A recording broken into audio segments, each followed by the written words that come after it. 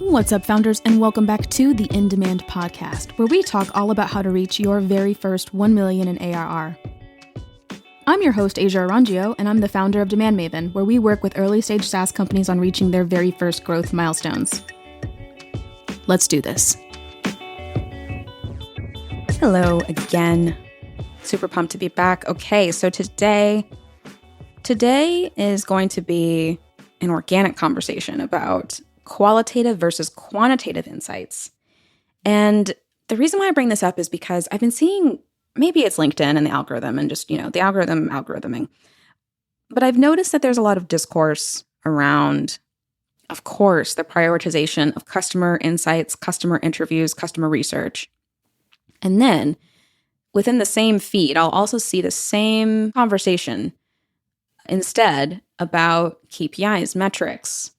And what I think is really interesting is that there's this discourse around almost like quantitative versus qualitative insights. And I really want to flip this narrative around because it's actually both. It's both of these things. And I want to tell you a couple of stories just from my own experience of prioritizing one versus the other. So, hey, I'm Asia. I run DemandMaven. You probably know me by now if you listen to the podcast. But I think the other thing to know about me and the work that I do is that originally, I started very much focusing on demand generation and marketing. And then over the years, I have drifted more and more into growth work. Growth, not just meaning growth marketing, but specifically growth across the entire business. When we think about business growth, and especially business growth for SaaS, there's, of course, acquisition, which is where marketing does a lot of playing. That's like the playground for marketing. But then there's also activation, there's retention, there's engagement, there's monetization. And then that's the layer upon which, of course, SaaS businesses grow. But then there's also who's on your team? What operations and processes do you have in place to enable this growth? And what are the tools and data that you have that you can leverage to also support this growth? And what I find is, or what I've observed, I guess, even in my own personal journey, is I started out very much focused on customer research. And customer research in many ways was like the end all be all. Customer research, that's how you identify growth opportunities. And, that's the source of truth. And don't get me wrong, when it comes to what you want to know about what to improve from a product perspective, from a, how to acquire the customer, what's the psychology behind the customer and how they make buying decisions. This is where we also get into jobs to be done. So what are the struggling moments that trigger looking for a solution? And then what are the trade-offs that they make? What are the four forces? Like what pushes and pulls them? What are the habits and anxieties that they have? All of these things that lead up into I'm making the decision and the choice to now leave behind the old way of doing it. And now I'm adopting the new way of doing it. And what we find is, to us, it seems so transactional, but actually there's this whole journey. There's this whole hero's journey that customers go through. And when it comes to identifying gaps and like what gaps to close, like the customer journey and customer insight and customer research, it's incredible. And then when you know what to do with customer research and customer insights like this, man, powerful, powerful stuff. This is the reason why Jobs to be Done has been around for so long, because it creates so much power and enablement when it comes to marketing and sales and the conversation around acquisition, and then even to some extent activation. What I think is interesting, though, is as incredible and amazing as that is, there's still a missing component of the quantitative. And that's not to say that quantitative is better or special. It's just different. Customer research and qualitative research in general tells us the why and also the how. Quantitative research and insight tells us the what. Well, what actually happened? Where are we at actually? How are things performing? And what's really fun about quantitative insight is that, you can crunch numbers all day long. And I actually find that to be a very satisfying part of the process of identifying growth opportunities for companies. But even quantitative insight alone can't necessarily tell me, why things happened. Numbers don't tell us the why. They only really can tell us the what. So let me give you some examples of quantitative. So you already know, generally speaking, qualitative stuff. So qualitative is customer interviews, research, surveys, going out into the vast internet and finding reviews and finding what people are saying about the market and talking to your sales team or whoever, your marketing team, your product team, and getting their thoughts, their insights and opinions about who the customer is, why they buy, what's going on. But then there's also the flip side of this, which is the quantitative side, which is it's all the numbers.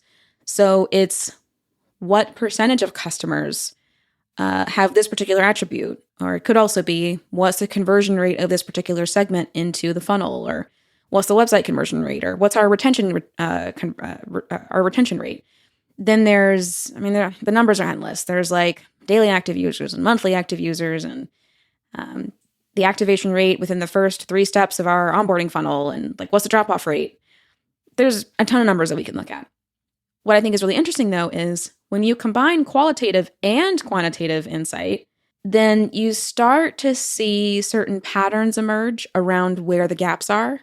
And also, qualitative insight can often validate and provide color and context to what you're seeing quantitatively. And then also a little bit of vice versa. So sometimes there are things that we surface and unearth in surveys, in customer research. And we find that when we go and we do our quantitative analysis, we're seeing something that validates that entirely, or it matches. And then also sometimes contradicts it. So for example, in the times of validation, it's pretty obvious. So you might have a really low activation rate, for example. Maybe very few people convert from trial to paying customer. Maybe you've got like a 10% activation rate on the trial, and self-serve B2B SaaS, which would be lower than average. And you're like, okay, well, like what is going on there? Why is that? You talk to customers, and then you start to realize that not only are there gaps in their understanding of the product, but you might also realize that you've been attracting maybe the wrong type of customer. Or maybe you unearth the fact that they didn't even know that you had, onboarding or activation materials, or maybe your onboarding experience was almost too short. like they maybe put in their name and their email and that was it. And then they got in and like there was nothing, like they weren't sure what to do next. Maybe they were put into an empty state and it was too much heavy lifting to think about much or do anything else. And that's why the conversion rate was so low. So you might do research like that, maybe even UX research. So maybe you get strangers or trialists who fit the ICP to go through the experience and have them talk through their decisions and what they're thinking and how they're experiencing it. I mean, there's so much qualitative stuff that you can do here, right? And it all started with that quantitative metric. You identified that your activation metric was low. So you can use qualitative insight to understand what the hell happened. Why is it so low? But then there's the flip side to this where, so validation is easy, in my opinion at least. Validation is pretty obvious, but sometimes there's contradictory information. So for example, maybe you see that your net new user retention is really low. So someone signs up and you find that out of all the people who signed up, maybe after 24 hours, 80% of them churn, leaving you with 20% new user retention rate after the first 24 hours. And then maybe it drops even lower. Maybe it then goes down to like 5%. Not great, right? So in this particular scenario, we're inspired now to do qualitative insight or qualitative research. Pull up a few customers. And what we find though is that from like the qualitative perspective, at least, the customers who get it, like seem to really get it. And like, they don't really seem to drop off the face of the earth after the first 24 hours. And it's really confusing. And you're kind of like, this is odd. And so then what ends up happening is you might end up thinking, either my data's wrong or the customers are wrong, or maybe, which is the third option, maybe I haven't just been talking to the right people. And or maybe my data actually needs to be segmented to really focus on people who take these steps. What does retention look like if that's the case? And then it kind of forces you to think of more and more questions. And what I love about this process, though, is my favorite part of this process, honestly, is the digging. I love the digging. I love the, oh man, we're having some stuff here that doesn't seem to align. Let's figure out why. I like the answering the why. That's great. I am maybe, I don't know if this is unique to people in growth, but I have the patience required to really dig deep and to figure out like what is going on. Not everyone does, which I totally respect. I too can be extremely impatient about certain things. But But I love the digging process. That's the best part, in my opinion. But what I find is that it wouldn't have hit the same way if I had only looked at the numbers. Like if I had just looked at the numbers, I probably would have just assumed that like, I don't know, we suck and that like no one's getting it. But after conducting qualitative research, I might discover that like, oh no, it seems like some people are getting it, but then there's another batch of people that seem to not be getting it. So what's the difference between these two batches of people? What is going on? What about their context? What about maybe even like their qualification status? Like, are they actually qualified in the end? It could also, it could be a myriad of things. It could be, I read the website and I thought you guys did this, but when I got in the product, it didn't do what I thought it was going to do. It could be a number of things. And we just would have no idea the why.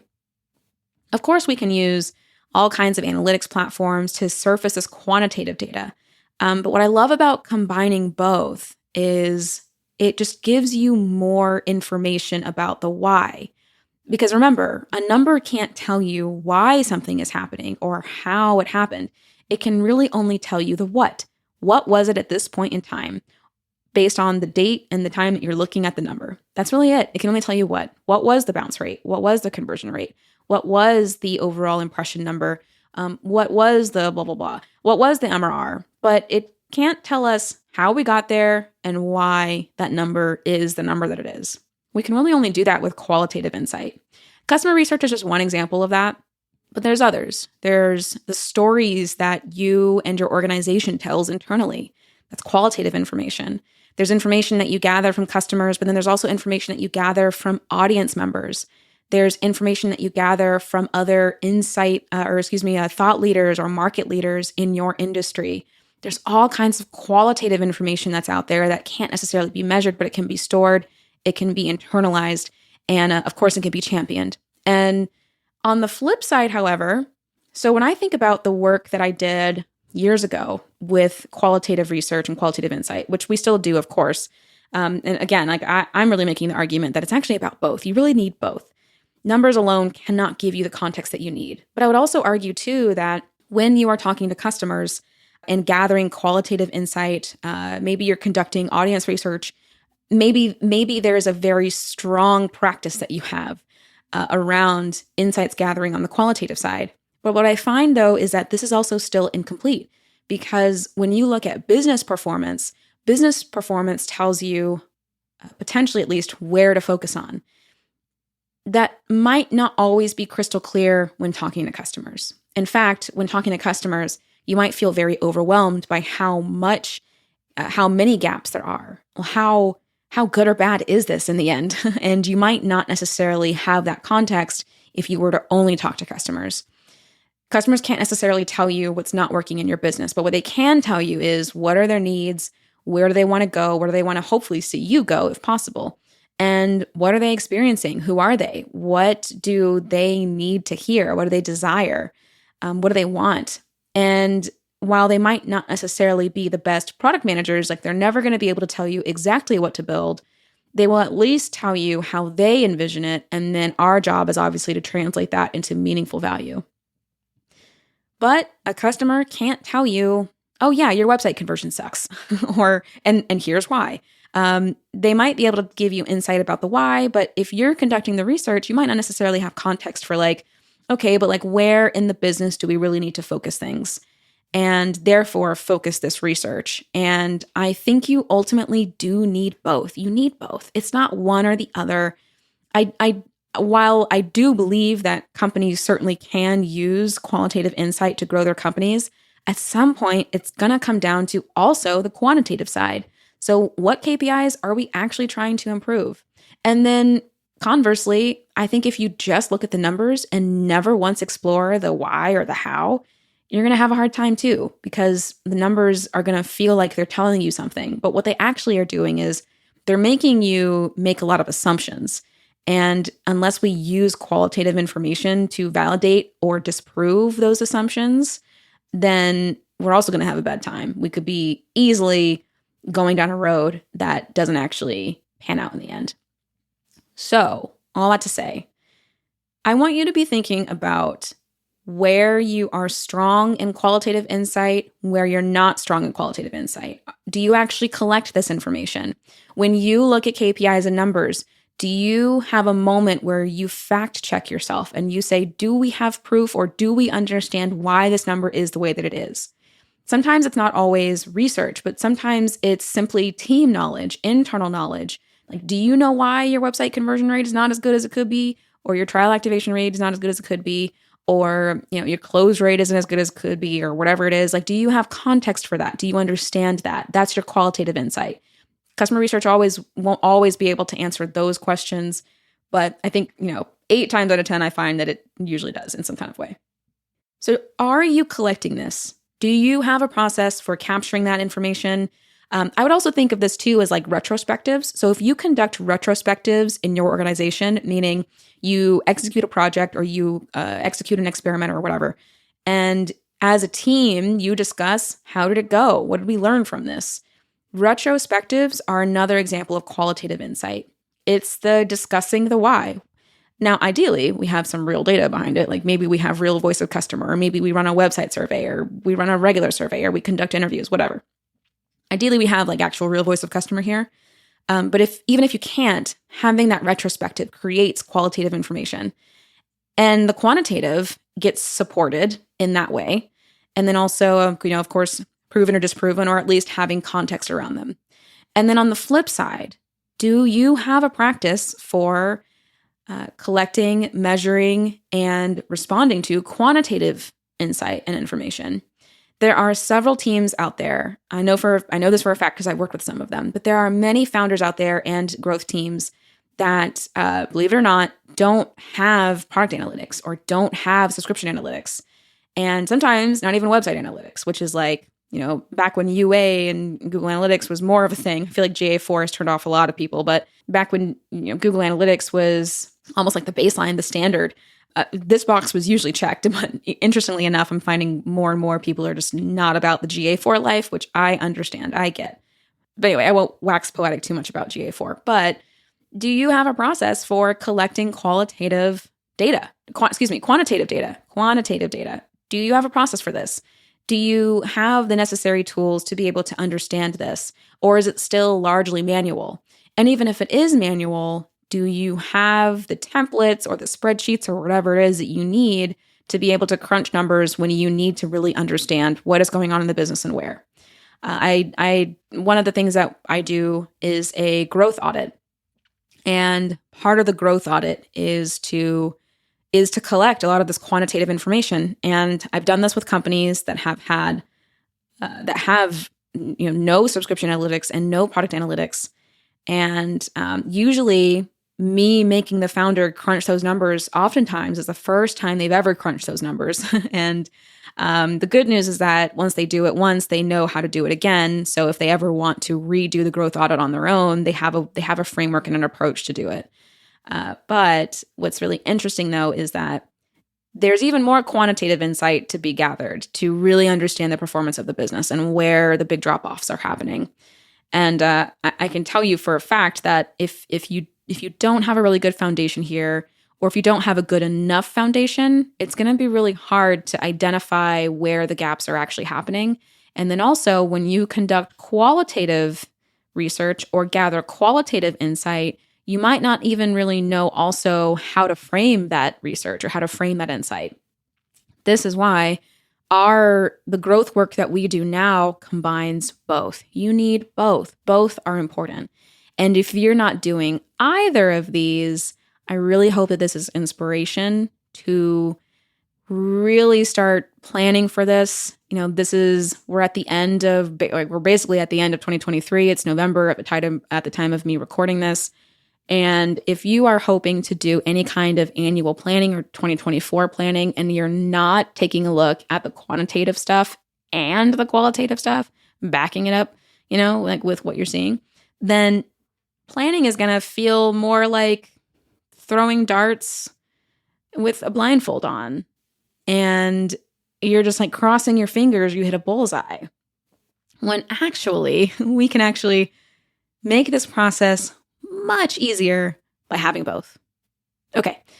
Thank you so much for listening. I I really, really hope this inspires you to really think about the balance of both of these things within your organization, and also to have conversations about some of the metrics that you're gathering with the mindset of what qualitative information do we have that either supports this, disproves this, or forces us to think maybe even more strategically about what we're capturing and why it's happening. Because remember, the numbers alone cannot tell you why, and it can't tell you how. It can only tell you what. And then vice versa. Qualitative insight can technically tell you all those things, but it can't necessarily point you to where in the business does growth need to improve, what specific KPI are we actually improving, and therefore, like, what is it today? Like, qualitative information won't necessarily be able to tell you that. So you will need quantitative insight. It's not about one versus the other. It's both. It's both. It's both. You need both. And if you're serious about growth in your organization, you will use both. Trust me and believe me when I say, I don't really see a whole lot of companies growing without using both. Sometimes you can get away with getting some growth with just one, but I find when you use both of these, massively powerful. All right, thanks again. I hope this was helpful and unlocked something for you. And until next time. As always, thank you so much for spending this time with me. To learn more about how to reach your growth goals for your SaaS business, head on over to DemandMaven.io. You'll find all kinds of free resources, articles, and content.